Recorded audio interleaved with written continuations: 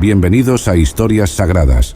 Hoy les presentamos un fascinante viaje a través de 3 impactantes relatos del Antiguo Testamento que tal vez no conocías. Prepárate para descubrir historias llenas de misterio, poder y fe que te dejarán asombrado. Primero, nos adentraremos en la enigmática historia de los Nefilim, los gigantes mencionados en la Biblia. Estos seres poderosos y enigmáticos nos transportan a un tiempo de misterio y grandeza, revelando aspectos poco conocidos de las antiguas escrituras y desafiando nuestra comprensión de la historia bíblica. Luego, exploraremos el intrigante relato del rey gordo Eglón, un gobernante de Moab. Conoceremos su enfrentamiento con el juez Ehud, una narrativa llena de intriga, astucia y justicia divina que muestra cómo Dios interviene en las situaciones más inesperadas. Finalmente, descubriremos el misterioso árbol de la vida en el jardín del Edén. Este símbolo de eternidad e inmortalidad ha influenciado la comprensión de la vida eterna a lo largo de la historia bíblica, y su significado profundo sigue resonando hoy en día. Cada una de estas historias no solo nos revela hechos históricos, sino también profundas verdades espirituales que siguen siendo relevantes y transformadoras hoy en día.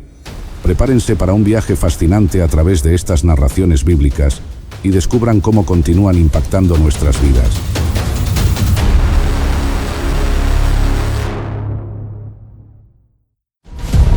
En los recovecos más misteriosos de las Escrituras, hay preguntas que han intrigado a la humanidad durante siglos. ¿Quiénes fueron y cómo surgieron los gigantes, o también conocidos como los Nefilim de Génesis 6? ¿Será verdad que la Biblia enseña que los ángeles de Dios descendieron a la tierra y se juntaron sexualmente con las mujeres, procreando así a los gigantes? ¿Quiénes son realmente los hijos de Dios, de los cuales se habla en este pasaje? Hoy vamos a entrar en aguas profundas, porque este vídeo será sumamente interesante, y vamos a analizar una de las teorías más especulativas de la Internet con respecto a este tema. Así que asegúrate de quedarte hasta el final del vídeo, porque estoy seguro de que vas a aprender muchísimo hoy. Sin duda alguna, hay pasajes en la Biblia que están envueltos por cierto misterio, en los cuales no hay mucha revelación, porque Dios no los permitió así en su soberanía.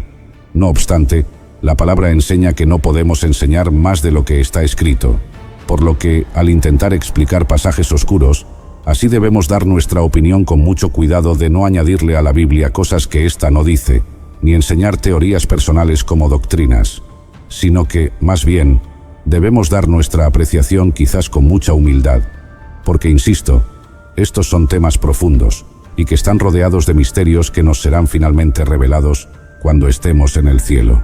La historia de los Nefilim, estos gigantes mencionados en Génesis 6, ha sido objeto de numerosos debates y especulaciones. Algunos creen que estos seres extraordinarios fueron el resultado de la unión entre ángeles caídos y mujeres humanas. La idea de que seres celestiales descendieron y tomaron esposas humanas ha alimentado la imaginación de muchos y ha generado diversas teorías. Pero, ¿qué nos dice realmente la Biblia al respecto?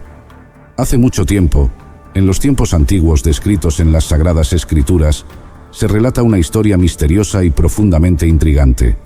Esta historia se encuentra en Génesis 6, un pasaje que ha sido objeto de intensas especulaciones y debates. En este pasaje, se nos dice que viendo los hijos de Dios que las hijas de los hombres eran hermosas, tomaron para sí mujeres, escogiendo entre todas.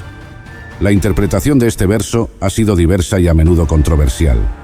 Algunos maestros y teólogos muy respetados y admirados han vinculado este versículo con el 4 del mismo capítulo, donde se mencionan a los gigantes. Según ellos, este pasaje sugiere que un grupo de ángeles de Dios descendió a la tierra, enviados aparentemente por él antes del tiempo de Noé, para enseñar su ley moral a la humanidad. Sin embargo, estos ángeles se corrompieron al unirse conyugalmente con las mujeres humanas, y de esa unión nacieron gigantes. La teoría continúa, afirmando que los espíritus inmundos y los demonios mencionados en la Biblia son, de hecho, las almas de aquellos gigantes que murieron. Esta interpretación se basa en un solo versículo de Isaías 26, que de hecho creo que es plenamente metafórico. No obstante, nuestro propósito con esta investigación no es criticar a otros maestros que enseñan esta teoría, sino ofrecer una perspectiva humilde y crítica. Al examinar los pasajes de Génesis 6 y otros, encontramos datos y argumentos bíblicos que parecen contradecir esta teoría. De hecho, hemos identificado varios problemas con esta idea y los compartiremos con ustedes. Quizás al final de esta narración, ustedes mismos puedan sacar sus propias conclusiones. Mientras profundizamos en la misteriosa historia de los gigantes Nefilim, nos encontramos con un primer gran obstáculo: el origen de la teoría. A medida que investigamos durante largos días y horas incansables, nuestra búsqueda de la verdad nos llevó a una revelación sorprendente. Descubrimos que esta teoría no proviene directamente de la palabra de Dios, sino de fuentes no inspiradas. Entre ellas, destacan la mitología antigua y el libro apócrifo de Enoc. La idea de que los ángeles se unieron con mujeres humanas tiene sus raíces en mitologías antiguas, especialmente las de los griegos, quienes creían en dioses que se juntaban con mortales. Incluso, algunos judíos, en ciertos periodos, adoptaron estas mitologías. Pero la teoría se vuelve aún más extravagante cuando encontramos que algunas versiones sugieren que Noé mismo era un descendiente de los Nefilim, es decir, un gigante. Además, esta teoría se apoya en el libro de Enoc, un texto citado por Judas en una profecía. Sin embargo, este libro es apócrifo, no inspirado, y contiene muchas ideas que contradicen las escrituras. Es probable que el libro no fuera escrito por Enoc mismo, sino por alguien que incluyó sus profecías junto con historias y doctrinas influenciadas por las mitologías de su época. Por esta razón, Dios no permitió que este libro formara parte del canon bíblico. Aunque los libros apócrifos han sido utilizados por algunos padres de la Iglesia para obtener datos históricos, nunca se les consideró inspirados. Permítanme enfatizar un punto crucial. Al intentar descubrir la verdad sobre una doctrina, es peligroso basarnos en ideas preconcebidas, como esas creencias mitológicas, y luego buscar en la Biblia cómo comprobarlas. Este enfoque ha dado lugar a falsas doctrinas y peligrosos errores doctrinales a lo largo de la historia. La manera correcta de proceder es al revés. Primero debemos leer la Biblia, pedir iluminación a Dios, y si Él nos permite entender algo profundo, entonces podemos apoyarnos en otras fuentes, si es necesario, para argumentar mejor. Así que, el primer gran conflicto que tenemos con esta teoría es que la historia de los gigantes Nefilim no proviene de la palabra de Dios, sino más bien de mitologías antiguas y de un libro apócrifo, respaldado por unos pocos versículos bíblicos. Si continuamos explorando la teoría de los Nefilim y su supuesto origen angélico, nos encontraremos con otro problema crucial: la naturaleza de los ángeles y su capacidad para tomar cuerpos humanos. En la Biblia hay un pasaje radical donde Jesús establece una verdad universal e inquebrantable sobre los ángeles. Él dijo: en la resurrección, ni nos casaremos ni nos daremos en casamiento, sino que seremos como los ángeles de Dios en el cielo. Con estas palabras, el Señor dejó claro que los ángeles no pueden tener relaciones maritales porque ni les es permitido, ni tienen cuerpos humanos para ello. Y déjenme decirles que nosotros confiamos más en la enseñanza de Cristo que en lo que una teoría especulativa pueda sugerir. Los ángeles son seres espirituales y no pueden tener relaciones porque no está en su naturaleza. El apóstol Pablo también hizo una distinción clara al decir que hay cuerpos celestiales y cuerpos terrenales. Pensar que los ángeles pudieran optar por tomar un cuerpo humano y tener relaciones con mujeres es tan absurdo como imaginar que un caballo de repente decida convertirse en un perro y actuar como tal. Sencillamente, su naturaleza no se lo permite. Para aquellos que argumentan que los ángeles pueden tomar forma humana, como se ve en varios relatos del Antiguo Testamento, permítanme aclarar algo. Aunque los ángeles pueden tomar apariencia humana, eso es muy diferente a tomar un cuerpo humano y poder hacer las mismas funciones que los seres humanos. Solo Cristo Jesús se hizo totalmente carne. En el Antiguo Testamento, Cristo pudo haber tomado una apariencia humana, a lo que llamamos cristofanías, pero tomar una apariencia humana no lo convirtió en humano. Por eso tuvo que nacer como un hombre para tener realmente esa naturaleza humana. Esta distinción es crucial para entender por qué la teoría de los ángeles que toman cuerpos humanos y procrean con mujeres carece de fundamento bíblico sólido. La enseñanza de Jesús y la explicación de Pablo nos muestran que los ángeles no pueden cambiar su naturaleza espiritual para convertirse en seres humanos con todas sus funciones y capacidades. Esto refuerza la idea de que la teoría es altamente especulativa y no se sostiene cuando se examina a la luz de las Escrituras. Mientras seguimos explorando el misterio de los Nefilim, nos encontramos con un tercer problema fundamental con la teoría de que los ángeles se unieron con mujeres humanas y de esa unión nacieron gigantes. Para entender mejor este enigma, debemos leer detenidamente los pasajes bíblicos en cuestión y examinar quiénes son realmente los hijos de Dios mencionados en Génesis 6. El pasaje dice que los hijos de Dios se juntaron con las hijas de los hombres. En algunos contextos bíblicos, la frase hijos de Dios se refiere a ángeles, como en Job 1:6. Sin embargo, en otros pasajes se refiere a seres humanos. Por ejemplo, en Lucas 3:38, al describir la genealogía de Jesús, se dice: Noé, hijo de Set, hijo de Adán, hijo de Dios. Aquí, Adán es llamado hijo de Dios, utilizando la misma frase que se encuentra en Génesis 6, aunque en otro idioma. Lo más probable es que en Génesis 6 los hijos de Dios se refieran a la descendencia de Set, el hijo de Adán. Cuando Abel murió, Dios le dio a Adán y a Eva otro hijo llamado Set. El contexto sugiere que Set fue dado para que a través de él viniera el linaje del nacimiento de Cristo. En Génesis 4:26 se menciona que Set tuvo un hijo llamado Enos, y entonces los hombres comenzaron a invocar a Jehová. Todo esto indica que la descendencia de Set se mantuvo santa, sirviendo y adorando a Dios, porque eran los portadores del linaje que un día daría lugar al Redentor prometido. Por otro lado, tenemos el linaje de Caín, quien fue maldecido por Dios y cuya descendencia era perversa. Lo más probable es que cuando el pasaje dice que los hijos de Dios se juntaron con las hijas de los hombres, significa que los descendientes de Set, santos para Dios, se unieron en yugo desigual con las impías hijas de Caín, pertenecientes a un linaje pagano, corrompiendo así el linaje santo. ¿Por qué creemos esto? Vamos un poco más profundo en el pasaje. Cuando dice, tomaron para sí mujeres, escogiendo entre todas, fíjese cómo el enfoque está en que los hijos de Dios pecaron por haber tomado de entre todas, ya que no podían tomar de todas, sino solo de las del linaje santo. Como explicamos anteriormente, había dos linajes principales después de la muerte de Abel: el linaje maldecido de Caín y el linaje santo de Set, del cual vendría Cristo. Cuando los hombres santos se unieron con las mujeres impías, cometieron el pecado de unirse en yugo desigual, un pecado que Dios aborrece, como se ve a lo largo de todo el Antiguo Testamento. Por ejemplo, en Deuteronomio 7:3, Dios prohíbe a los israelitas casarse con las cananeas, y en Números 25, Dios manda matar a los israelitas que se unieron con las madianitas y adoraron sus ídolos. Esto muestra cuán grave es para Dios la unión en yugo desigual. Por eso, creo que el pecado resaltado en Génesis 6 es el yugo desigual, no que ángeles se hubieran juntado con mujeres humanas. Además, cuando Jesús habló de los días de Noé, en ninguno de los pasajes hizo alusión a los ángeles, sino a la perversión del hombre en cuanto a lo matrimonial. En Mateo 24:37-39 dice: Mas como en los días de Noé, así será la venida del Hijo del Hombre.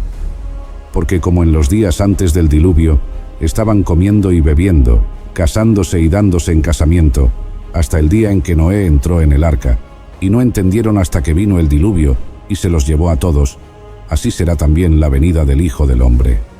Al profundizar aún más en este enigma bíblico, otro aspecto crucial que debemos considerar es a quién realmente castigó Dios, según el pasaje de Génesis 6. En el versículo 2, se relata que viendo los hijos de Dios, que las hijas de los hombres eran hermosas, tomaron para sí mujeres, escogiendo entre todas. Esta acción provocó una reacción divina, y en el versículo 3 se decreta el juicio de Dios. Y dijo Jehová: No contenderá mi espíritu con el hombre para siempre, porque ciertamente él es carne, mas serán sus días 120 años. Este juicio no está dirigido a ángeles ni a demonios, sino claramente al hombre. El enfoque del pasaje es el error del hombre al haberse unido con mujeres impías. Si los hijos de Dios mencionados en el versículo 2 fueran ángeles, como algunos creen, esperaríamos ver un juicio contra los ángeles en el versículo 3. Pero no es así. El castigo fue hacia los hombres, específicamente hacia los descendientes de Set, quienes se habían unido con las descendientes de Caín, uniendo así el linaje santo con el linaje impío. Dios estaba enfurecido porque aquellos que debían mantenerse santos y puros se habían corrompido al casarse con mujeres de un linaje pagano y maldecido.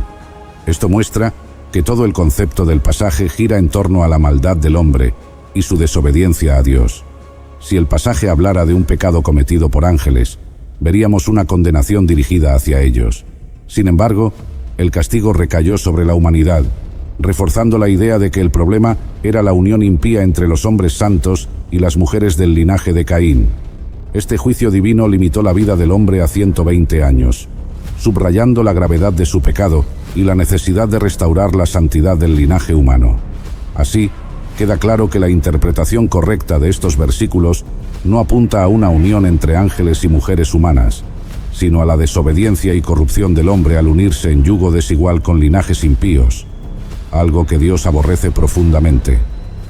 A medida que desentrañamos las profundidades de Génesis 6, nos encontramos con otra cuestión fascinante: el verdadero origen de los gigantes, también conocidos como Nefilim en hebreo. Este término misterioso ha llevado a muchos a vincular a los hijos de Dios que pecaron con los Nefilim. Pero la pregunta crucial es, ¿realmente dice el pasaje que de la unión de los hijos de Dios y las hijas de los hombres nacieron gigantes? La verdad es que no. El pasaje no dice eso.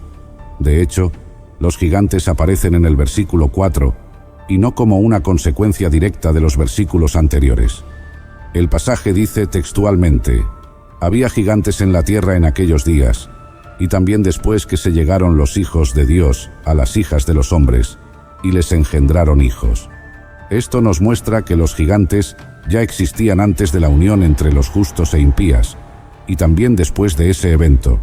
Así que pensar que los gigantes vinieron de la unión de ángeles que se casaron con mujeres es un error, y no lo dice la Biblia. El pasaje claramente indica que los gigantes ya existían en ese tiempo. Además, siempre ha habido gigantes a lo largo de la historia bíblica. Toda la generación anterior al diluvio pereció en las aguas, y Pedro nos dice que no sobrevivió absolutamente nadie excepto Noé y su familia. Así que, si los gigantes hubieran sido resultado de ángeles que se casaron con mujeres humanas, el problema habría quedado resuelto y nunca más habríamos visto gigantes, ¿verdad? Pero sorpresa, en Números 13 se nos revela que los 12 espías vieron gigantes en la tierra de Canaán y se atemorizaron. Más adelante, en el primer libro de Samuel, encontramos a Goliat, un gigante que tenía varios hermanos. Los valientes de David también mataron a gigantes, como se narra en los libros de Samuel y Reyes. Y otros gigantes aparecen después del diluvio, como el rey de Basán, cuya cama de hierro medía 3,5 metros de largo. Imaginemos qué estatura tendría aquel hombre. Lo asombroso es que todos estos gigantes aparecen después del diluvio. Algunos defienden la teoría de que después del diluvio, otros ángeles descendieron de nuevo y cometieron el mismo pecado, originando nuevamente gigantes. Pero si la primera teoría carece de argumentos bíblicos, esta segunda todavía más.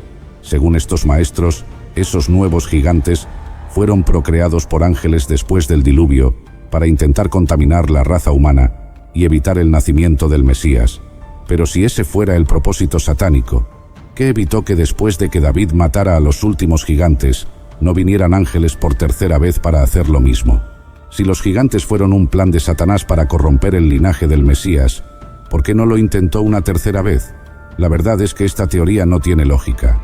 El origen de los gigantes es un misterio que no podemos resolver completamente con la información disponible.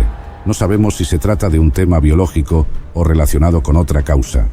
Lo que sí es evidente es que no hay evidencia bíblica de que los gigantes vinieran como resultado de que ángeles se hayan unido matrimonialmente con mujeres humanas. La Biblia no apoya esta teoría y nos invita a buscar la verdad con una mente abierta y un corazón humilde, siempre guiados por la palabra de Dios.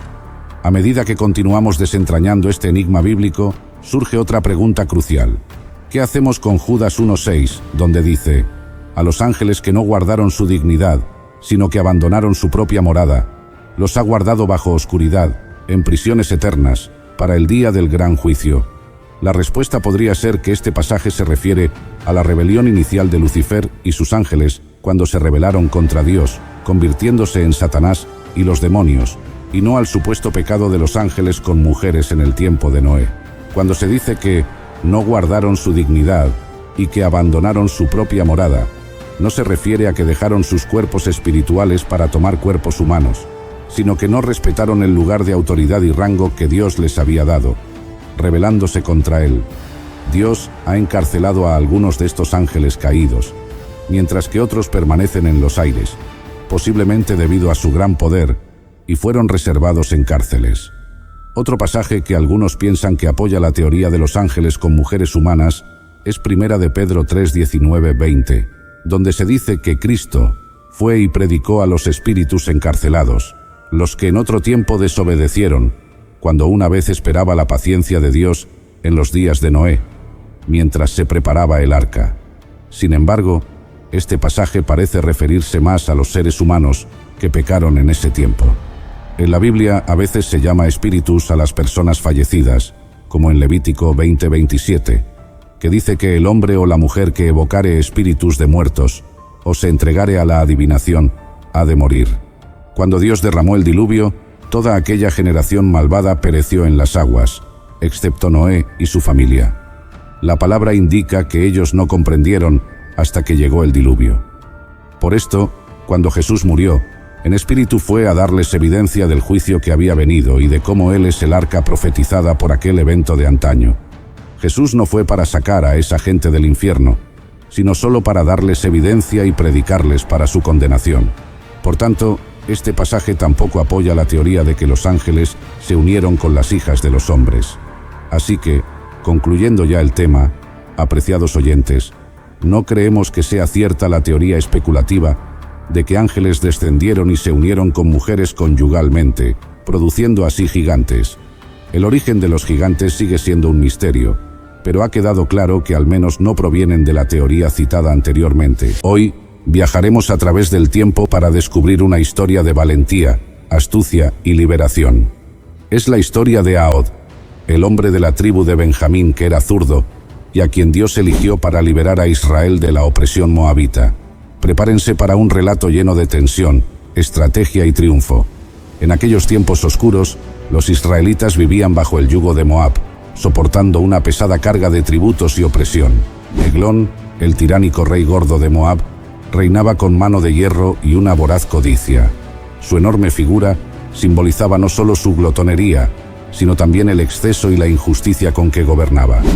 Pero en medio de esta opresión surgió Ahod, un hombre aparentemente común, pero dotado de una habilidad especial y una fe inquebrantable. Ahod, con su mano izquierda, preparó un plan audaz para enfrentar al rey y liberar a su pueblo. Con la astucia de un estratega y el coraje de un guerrero, Ahod trazó un camino hacia la liberación que cambiaría el destino de Israel para siempre. Así que acomódense y abran sus corazones mientras exploramos esta fascinante historia de cómo Dios puede usar incluso a los más improbables de nosotros para llevar a cabo sus propósitos divinos. Esta es la increíble historia de Ahod, el juez que mató al rey gordo. Bienvenidos. En los días oscuros de Israel, cuando el pueblo se encontraba sumido en la opresión bajo el yugo de Moab, su clamor al Señor se intensificó. Los hijos de Israel, herederos de la promesa divina, vivían en una angustia profunda y constante. La tierra, que una vez fluía leche y miel, ahora parecía un desierto de desesperanza bajo la sombra de la tiranía moabita. Durante 18 largos años, Eglón, el corpulento y tiránico rey de Moab, había extendido su dominio sobre los hijos de Israel. Su crueldad no conocía límites, y la opresión era una carga constante que aplastaba el espíritu del pueblo elegido. Los campos que anteriormente eran fértiles y llenos de cosechas abundantes, ahora solo eran un escenario de tristeza. Los frutos del trabajo de los israelitas, el sudor de su frente y el esfuerzo de sus manos, eran constantemente arrebatados por los moabitas. Los soldados de Eglón irrumpían en los campos, llevándose el trigo, el vino y el aceite, dejando a las familias israelitas con poco para sobrevivir. Los graneros, que solían estar llenos, ahora yacían vacíos, y el hambre comenzaba a cernirse sobre la tierra prometida. La desesperanza se extendía como una plaga, infectando los corazones y mentes de los hombres, mujeres y niños de Israel. La opresión era tan severa que el pueblo de Israel se sintió asfixiado por la crueldad de Eglón y sus aliados. El peso de la servidumbre moabita se sentía en cada hogar, en cada calle, en cada rincón de la nación. Los moabitas, aliados con los amonitas y los amalecitas, habían tomado la ciudad de las palmeras, Jericó, y desde allí ejercían su dominio. Jericó, una ciudad simbólica en la historia de Israel, ahora se encontraba bajo el control de los enemigos, y su belleza y prosperidad servían solo para engrandecer el poder de Eglón. La vida bajo el rey Eglón era dura. Las manos de los hombres se agrietaban y sangraban trabajando la tierra solo para ver los frutos de su esfuerzo ser llevados por los opresores. Las mujeres lloraban en silencio mientras intentaban alimentar a sus hijos con lo poco que quedaba. Los ancianos, que recordaban tiempos mejores, suspiraban con resignación, y los jóvenes, que no conocían más que la opresión, miraban al futuro con ojos vacíos de esperanza. El tributo exigido por el rey moabita era una carga pesada que aumentaba la miseria del pueblo. Año tras año, los israelitas entregaban el fruto de su trabajo, sabiendo que no recibirían nada a cambio más que más sufrimiento y opresión. No se sabe mucho de la dieta de los tiempos bíblicos, pero sí sabemos con certeza que su alimentación era mucho más saludable que la de ahora. En aquellos días, las comidas consistían principalmente en productos frescos y naturales, granos, frutas, verduras, legumbres y ocasionalmente carne y pescado. La dieta era simple y basada en lo que la tierra producía en cada estación. Sin embargo, a pesar de esta alimentación saludable, el sobrepeso y la obesidad eran realidades palpables entre los monarcas y la élite de la época. Estos individuos, a diferencia del pueblo común, tenían acceso a banquetes abundantes y festines constantes, llenos de delicias y manjares que no conocían restricciones. Eglón, el rey gordo de Moab, es un claro ejemplo de esto. Mientras el pueblo de Israel languidecía bajo el yugo de la opresión, enfrentando la escasez y el hambre, Eglón reinaba sin preocupaciones, rodeado de lujos y exceso. Su palacio era un símbolo de opulencia, donde los banquetes eran una rutina diaria. Grandes cantidades de alimentos eran presentadas ante él: carnes asadas, panes recién horneados, frutas exóticas y vinos finos llenaban su mesa. El rey, con su enorme apetito, se entregaba a estos festines, su figura corpulenta un reflejo de su indulgencia y poder desmedido. El contraste entre la vida de Eglón y la de los israelitas no podía ser más marcado. Mientras el rey se deleitaba en su abundancia, los hijos de Israel luchaban por encontrar suficiente alimento para sobrevivir. Familias enteras sufrían de hambre, viendo cómo el fruto de su trabajo y sudor era confiscado para engrosar los almacenes del rey gordo.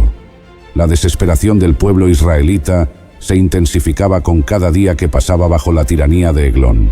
Cansados de la injusticia y la miseria, comenzaron a clamar al Señor, buscando liberación y justicia. La opresión había llegado a un punto insoportable, y el deseo de libertad ardía en los corazones de los israelitas. En medio de esta aflicción, un hombre se destacó entre los israelitas: Ahod, hijo de Gera. Ahod pertenecía a la tribu de Benjamín, una tribu conocida por su habilidad en el uso de la mano izquierda. Los benjamitas, a menudo subestimados por su tamaño reducido comparado con otras tribus, eran famosos por su destreza con la mano izquierda, una habilidad que utilizaban tanto en la guerra como en la vida diaria. Este detalle, aparentemente insignificante, resultó ser crucial en la misión que Dios había planeado. Ahod era zurdo, y esta peculiaridad se convertiría en una ventaja estratégica en la liberación de su pueblo. Ahod, un hombre de fe y coraje, observaba la miseria de su pueblo y sentía el peso de la responsabilidad divina sobre sus hombros.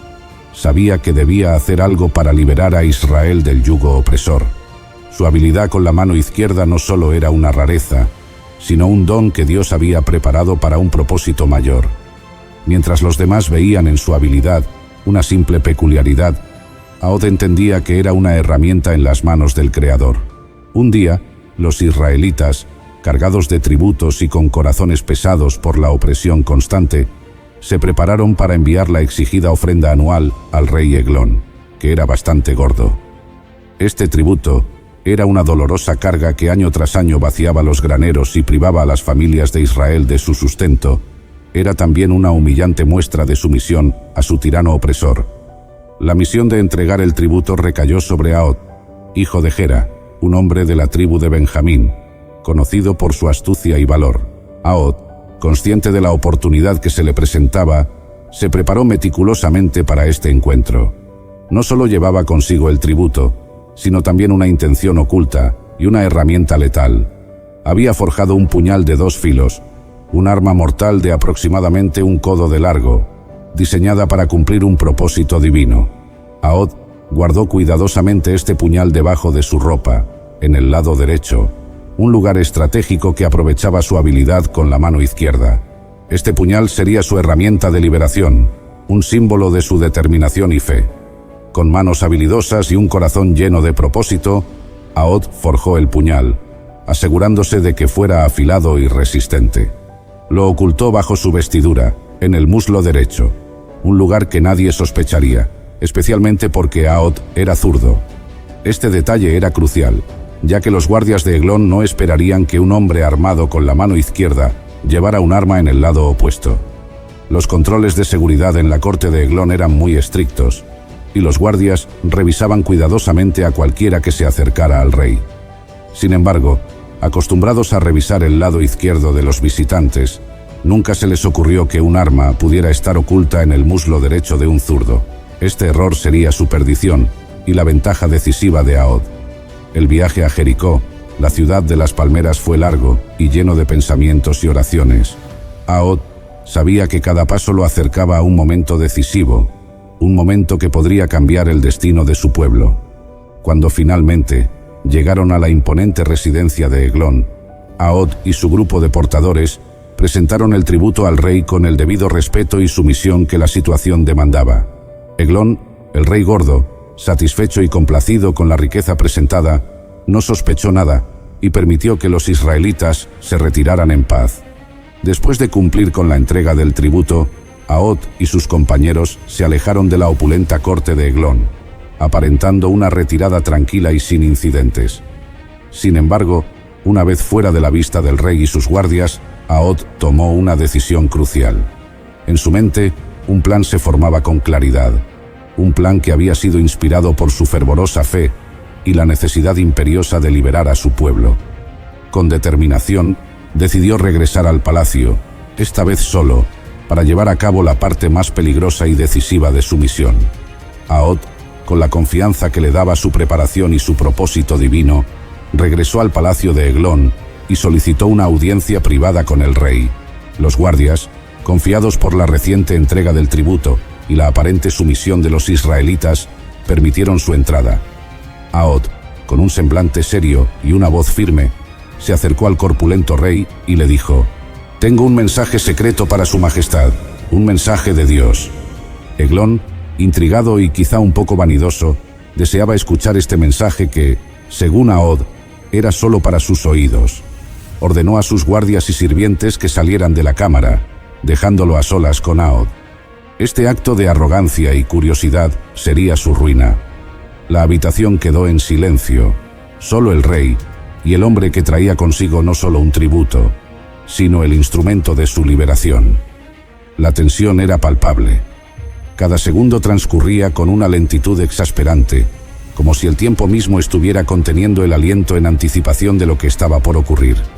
La cámara estaba en silencio absoluto, el aire pesado con la expectativa y el temor no expresado. Ahod, con un semblante sereno pero determinado, avanzó hacia el corpulento rey Eglón. Cada paso resonaba en la cámara, un eco del destino inminente. Sus ojos, fijos en el rey, reflejaban una mezcla de compasión y determinación inquebrantable. Eglón, desprevenido y curioso, observaba a Ahod con un aire de arrogancia y superioridad. Para el rey, este era solo otro momento de indulgencia en su interminable serie de días opulentos. «Tengo un mensaje de Dios para ti», declaró Ahod con voz firme, cada palabra impregnada de una convicción que solo podía provenir de una misión divina. El rey, intrigado y quizás un poco desconcertado, inclinó la cabeza ligeramente, indicando a Ahod que se acercara. En ese instante, el mundo pareció detenerse. Con la velocidad de un relámpago y la precisión de un guerrero entrenado, Aod actuó. Su mano izquierda, habilidosa y fuerte, se movió con una destreza sorprendente. En un solo y fluido movimiento, sacó el puñal de su muslo derecho. La hoja brilló brevemente en la penumbra de la cámara antes de hundirse profundamente en el vientre de Eglón. La punta del puñal penetró con una precisión mortal, atravesando la carne y los órganos del rey. El impacto fue inmediato y devastador. La gordura del rey, una consecuencia de años de indulgencia y exceso, cubrió el arma, ocultándola de la vista. El cuerpo de Eglón tembló. Su rostro se contrajo en una mueca de sorpresa y dolor. El grito que intentó emitir quedó atrapado en su garganta, sofocado por el shock y la incredulidad. Sus ojos, que un momento antes brillaban con curiosidad y desdén, ahora se ensombrecían con una mezcla de miedo y comprensión. Aod, manteniendo la calma, soltó el puñal, dejándolo enterrado en el cuerpo del tirano. La muerte de Eglón estaba asegurada. La herida era letal y no había escapatoria. La gordura y corpulencia del rey cayeron pesadamente sobre su trono, y sus manos buscaban inútilmente el arma que lo había condenado. En cuestión de segundos, el rey de Moab, que había reinado con puño de hierro sobre Israel, se desplomó, inmóvil y sin vida. Con la misma rapidez y eficiencia, Aod se retiró de la cámara. Su corazón latía con fuerza, no por el miedo, sino por la adrenalina y la realización de que había cumplido con éxito la misión que Dios le había encomendado. Cerró las puertas de la cámara tras de sí, asegurándose de que nadie entrara inmediatamente. Sabía que el tiempo era esencial y que cada segundo ganado era crucial para su escape y para la siguiente fase de su plan. La salida de Aod del palacio fue tan silenciosa y rápida como su entrada. Aprovechando el desconcierto y la rutina de los guardias, se deslizó fuera del palacio y se dirigió hacia el camino de los ídolos, una ruta menos vigilada y perfecta para su escape. Cada paso lo alejaba más de la opresión y lo acercaba a la libertad de su pueblo. Una vez estando en un lugar seguro, Aod tocó la trompeta en la región montañosa de Efraín, convocando a los israelitas a levantarse contra sus opresores. «Seguidme», proclamó Aod con voz poderosa, «porque el Señor ha entregado a vuestros enemigos, los moabitas, en vuestras manos». Estas palabras, llenas de fe y convicción, llenaron de valor a los hombres de Israel. Bajo la guía de Aod, se dirigieron a los vados del Jordán, los puntos estratégicos de cruce del río que eran cruciales para cortar cualquier posible retirada de los moabitas. La estrategia de Aod era clara y precisa: bloquear las rutas de escape y atacar con toda la fuerza posible. Sabía que los moabitas, privados de su liderazgo y confundidos por la repentina muerte de Eglón, serían vulnerables. Los israelitas, en contraste, estaban llenos de fervor y determinación, fortalecidos por la certeza de que Dios estaba de su lado. El enfrentamiento fue feroz y decidido. Los israelitas, con Aod a la cabeza, se lanzaron contra los moabitas con una energía renovada. Tomaron rápidamente los vados del Jordán, impidiendo que los enemigos pudieran cruzar y escapar. Los moabitas, atrapados y sin un líder que los guiara, se encontraron en una situación desesperada. Los guerreros israelitas, armados con espadas, lanzas y la justicia de su causa, se enfrentaron a los moabitas en una serie de batallas rápidas y decisivas. La sorpresa y la determinación de los israelitas fueron armas tan poderosas como sus espadas. Los moabitas, aunque valientes y bien armados, no pudieron resistir el ímpetu del ataque israelita. La confusión y el pánico se apoderaron de ellos, y uno tras otro cayeron ante el avance imparable de los hijos de Israel. 10.000 hombres moabitas, fuertes y valientes, fueron derrotados aquel día. No escapó ni uno solo. La fuerza y la ferocidad de los israelitas, combinadas con la ausencia de un liderazgo moabita efectivo, llevaron a una victoria total.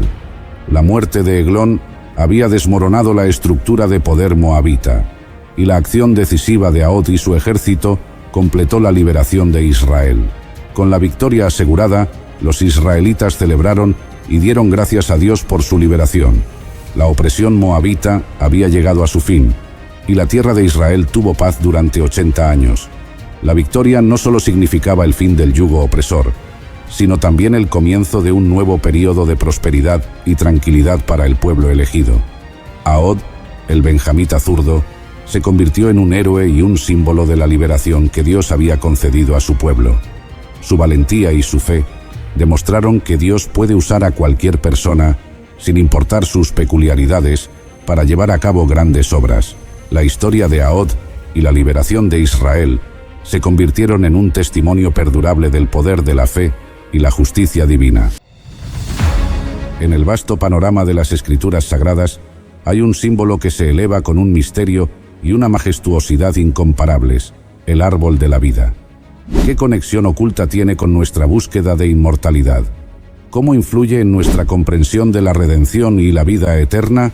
Quédate hasta el final del video. El árbol de la vida, inicialmente introducido en el jardín del Edén, se destaca como un símbolo central y misterioso en el libro de Génesis. En Génesis 2:9 está escrito que del suelo hizo crecer el Señor Dios todo árbol agradable a la vista y bueno para la alimentación. El árbol de la vida, también en medio del jardín, es distinto de todos los demás árboles y ocupa un lugar especial en la narrativa bíblica. No es solo parte de la belleza impresionante del Edén, sino también un símbolo de la intención de Dios para la inmortalidad de la humanidad, una vida eterna y bienestar. Por lo tanto, el árbol de la vida no es solo una entidad física, sino también una representación de la abundante provisión de Dios y de la posibilidad de vida eterna. El árbol de la vida se extiende al concepto de inmortalidad y provisión de Dios. Sirve como un testimonio de la vida que Dios pretendía para Adán y Eva, una vida sin muerte, en perfecta armonía con el ambiente y con el Creador. La presencia de este árbol en el jardín del Edén significa que la inmortalidad estaba al alcance de la humanidad, ofrecida como un regalo de Dios. Este árbol representa más que mera sustentación, representa una vida sostenida por lo divino, una vida que va más allá del reino físico. Esto se hace aún más evidente cuando consideramos el contexto de la caída del hombre. La narrativa de la desobediencia de Adán y Eva, que llevó a su exilio del jardín, está íntimamente ligada al árbol de la vida.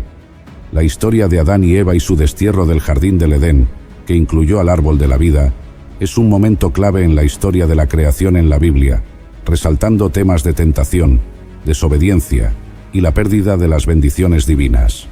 En el jardín del Edén, como se describe en el libro de Génesis, Dios colocó a Adán y Eva en medio de los árboles, incluyendo el árbol de la vida y el árbol del conocimiento del bien y del mal.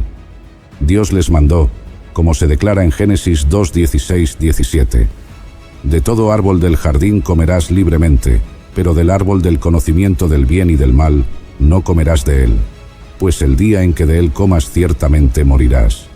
El árbol de la vida estaba en el jardín como un símbolo de la vida eterna. Sin embargo, la serpiente, descrita como la más astuta de todos los animales salvajes, tentó a Eva a comer el fruto del árbol del conocimiento del bien y del mal. Eva cedió a la tentación, comió el fruto y luego lo compartió con Adán, que estaba con ella. Esto rompió la regla de Dios, como se menciona en Génesis 3:6. Como resultado de su desobediencia, los ojos de Adán y Eva se abrieron a su desnudez, significando una pérdida de inocencia y el inicio de la conciencia moral.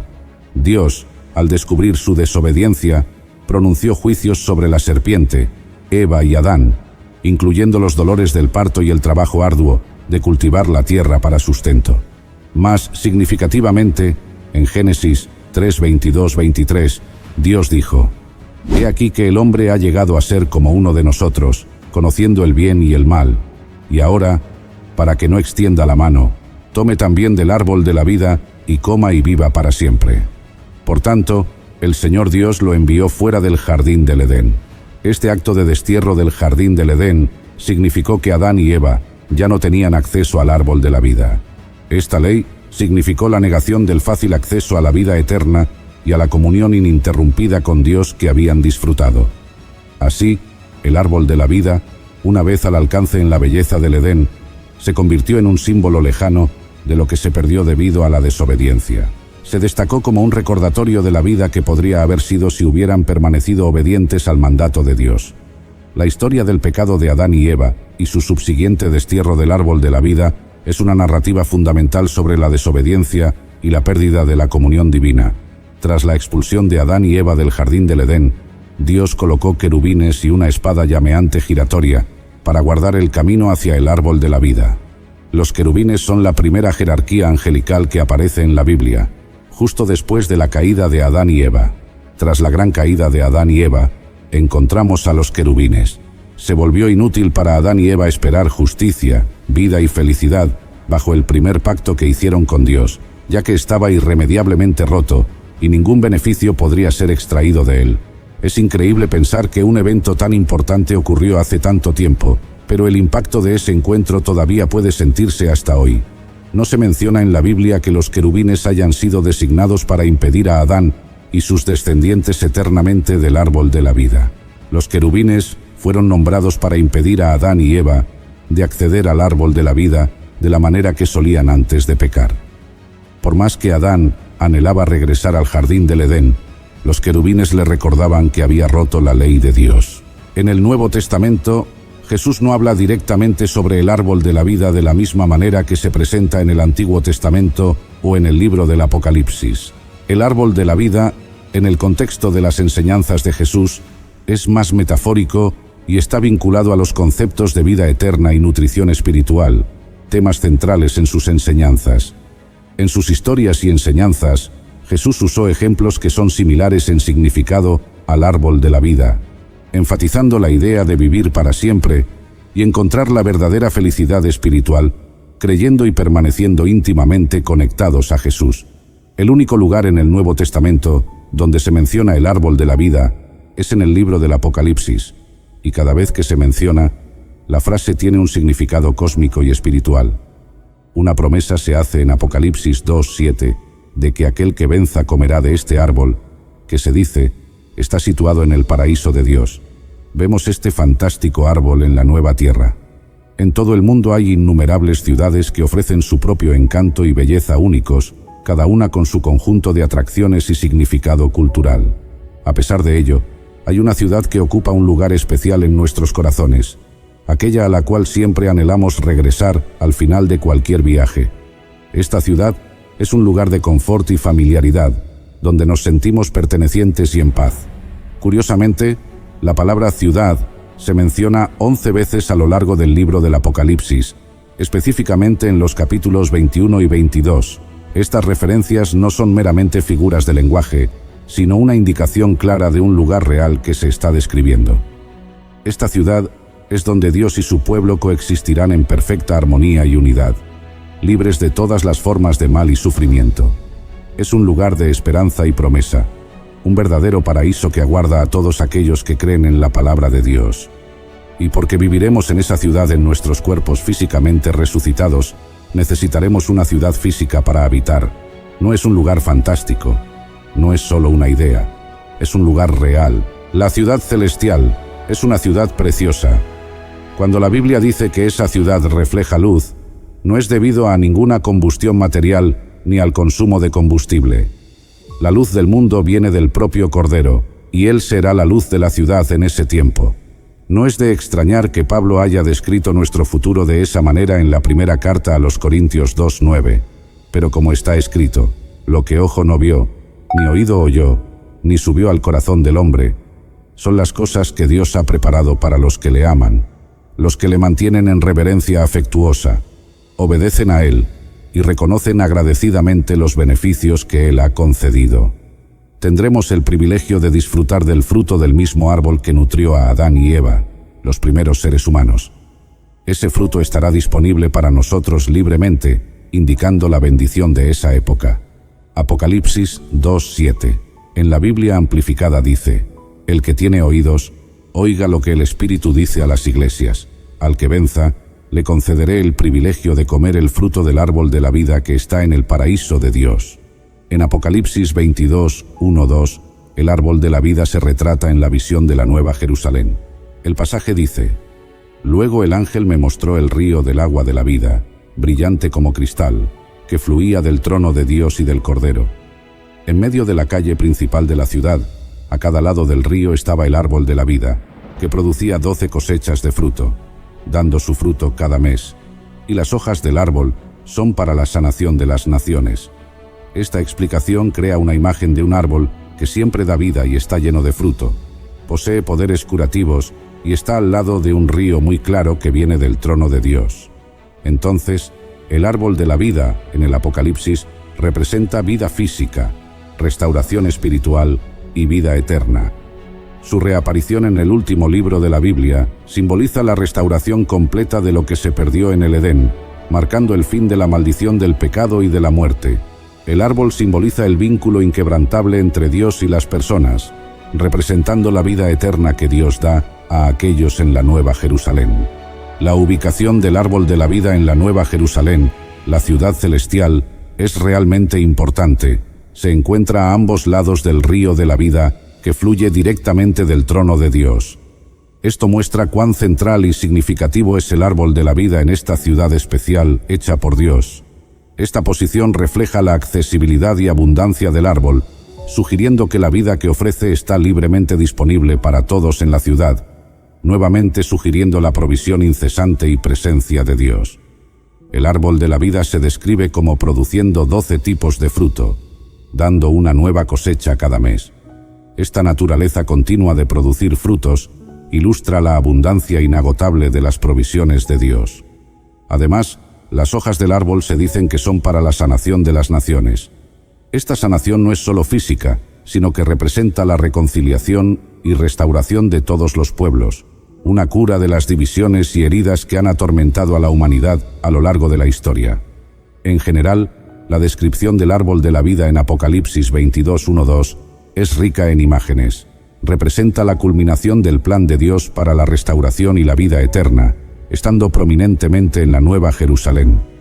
Sus propiedades continuas de dar frutos y sanación significan una abundancia sin fin de vida y reconciliación, marcando el cumplimiento de la promesa de Dios de vida eterna y comunión ininterrumpida con Él.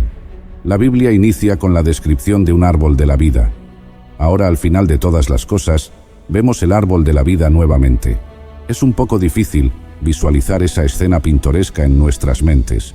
Es posible que cuando el apóstol Juan habla de una gran calle, se esté refiriendo a una que tiene un río corriendo por el medio y que hay un gran árbol o serie de árboles creciendo con sus raíces a ambos lados del río. La aparición del árbol de la vida indica la restauración completa de todas las cosas. Las hojas del árbol eran para la sanación de las naciones. La palabra para sanación, en griego, es terapeia, y es de esta palabra de la que derivamos la palabra inglesa therapeutic, porque la palabra griega se translitera. El Edén será restaurado en el cielo. Allí no hay más maldición. Desde la caída, el hombre y la creación vivieron con el efecto de la maldición descrita en Génesis 3. En el nuevo cielo y la nueva tierra, estas son eliminadas para siempre. En lugar de la maldición, el trono de Dios y del Cordero estará en ella. Esto es un intercambio interesante. El cielo será donde el pueblo de Dios puede continuar sirviendo y trabajando para Él. Por otro lado, esto retrata la bienaventuranza pura del servicio en vez del trabajo arduo y sufrido bajo la maldición. En Apocalipsis, el árbol de la vida se menciona 4 veces, con 3 de esas ocurrencias en el capítulo final. Se nos informa que el árbol de la vida puede actualmente encontrarse en el paraíso, la Nueva Jerusalén, y también en el cielo actual. Será traído y colocado en la nueva tierra. Apocalipsis 21:2 dice: «Y vi la ciudad santa, la nueva Jerusalén que descendía del cielo de parte de Dios, ataviada como una novia adornada para su esposo». La presencia del árbol de la vida sugiere una provisión sobrenatural de vida. Tal como Adán y Eva consumieron el fruto que su Creador proporcionó, Adán y Eva fueron diseñados para vivir para siempre. Pero para ello presumiblemente necesitaban comer del árbol de la vida. Una vez que pecaron, fueron expulsados del jardín, desconectados del árbol y sujetos a la muerte física, así como ya habían sufrido la muerte espiritual. La muerte ha sido la fuerza dominante en toda la historia desde el Edén. Por otro lado, en la nueva tierra, tendremos una vez más acceso irrestricto al árbol de la vida. Es importante que no haya referencia hecha a un árbol del conocimiento del bien y del mal para probarnos. Vemos el árbol de la vida en el libro del Apocalipsis, donde el objetivo principal no era revelar un cronograma para eventos futuros, sino preparar a las personas para lo que sucederá. Varios premios se otorgan a aquellos que perseveran. el derecho a comer del árbol de la vida en el paraíso de Dios, nunca ser heridos por la segunda muerte, comer el maná escondido y recibir una piedra blanca con un nombre secreto nuevo, tener autoridad sobre las naciones, sentarse con Jesús en su trono, ser vestidos de blanco y hechos una columna en el templo de Dios, llevando su nombre y nunca más dejándolo. Por encima de todo y más allá de todo sufrimiento, al creyente vencedor se le promete un lugar en el nuevo cielo y la nueva tierra, teniendo la presencia de Dios por siempre y para siempre. Es una perspectiva gloriosa. También el árbol de la vida a menudo se ve como un símbolo de Jesucristo. Este simbolismo proviene del paralelo entre el árbol que ofrece vida en el Edén y Cristo ofreciendo vida eterna a través de su sacrificio. Como Cristo dice en Juan 15:5, «Yo soy la vid, ustedes son las ramas. El que permanece en mí y yo en él, ese da mucho fruto, porque separados de mí nada pueden hacer». Aquí, Cristo se compara con un árbol que da vida, resaltando la conexión entre el árbol de la vida y su papel como la fuente de vida espiritual y nutrición. El árbol de la vida está íntimamente ligado al tema de ser salvado y redimido. Tras la caída del hombre, el acceso al árbol de la vida es restringido, ilustrando la separación entre la humanidad y Dios debido al pecado. En Apocalipsis 22:14 se declara: «Bienaventurados los que lavan sus vestiduras, para que tengan derecho al árbol de la vida y entren por las puertas en la ciudad». Este pasaje conecta el árbol de la vida con la redención ofrecida por Cristo, sugiriendo que a través de él recuperamos el acceso a la vida y las bendiciones originalmente pretendidas en el Edén. El árbol de la vida actúa como un puente narrativo entre el libro de Génesis y el libro del Apocalipsis, resumiendo la gran historia de la Biblia. Aparece primero en Génesis en la perfección del Edén y reaparece en Apocalipsis en la restaurada y perfecta Nueva Jerusalén. Esta representación final del árbol de la vida no solo restaura lo que se perdió en el Edén, sino que también cumple el plan definitivo de Dios para la salvación y la vida eterna a través de Cristo. El árbol de la vida, como se retrata en la Biblia, tiene un legado duradero que va más allá del tiempo y la narrativa, conectando el inicio y el final de la historia bíblica. Su primera aparición en el jardín del Edén perfecto en Génesis 2:9 y su revelación final en la ciudad celestial de la Nueva Jerusalén en Apocalipsis 22:1-2 enmarcan la narrativa bíblica, ofreciendo un hilo conductor de provisión divina y presencia. El árbol de la vida se destaca como un poderoso testimonio del plan eterno de Dios para la humanidad, representando no solo la continuidad de la vida y la gracia de Dios, sino también la restauración y el cumplimiento de sus promesas.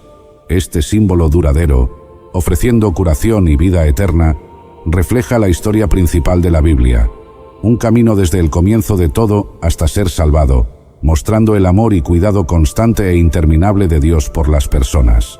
El árbol de la vida en el Antiguo Testamento sirve como un profundo símbolo de la provisión y presencia de Dios. Inicialmente, en Génesis 2:9, es un árbol literal en el jardín del Edén, representando la vida y las bendiciones de Dios. Sin embargo, a medida que la narrativa avanza, su presencia se vuelve más simbólica, reflejando la sabiduría, la vida y el sustento que vienen de Dios.